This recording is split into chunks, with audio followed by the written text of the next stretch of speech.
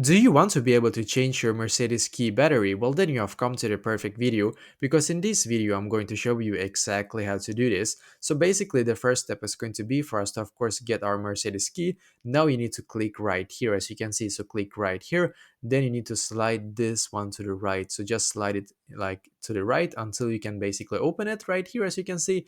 Now when you have opened it, then you need to locate where the battery is. So as you can see, I have now located where the battery is. So just place your nail in there and then just drag, and then you will be able to actually get this battery out of there. So it's a little bit like a SIM card actually. But now you need to remove the battery. So remove the old battery. And by the way, when you do remove the old battery, make sure that you do know the number on that battery. So as you can see, for me, it says Panasonic.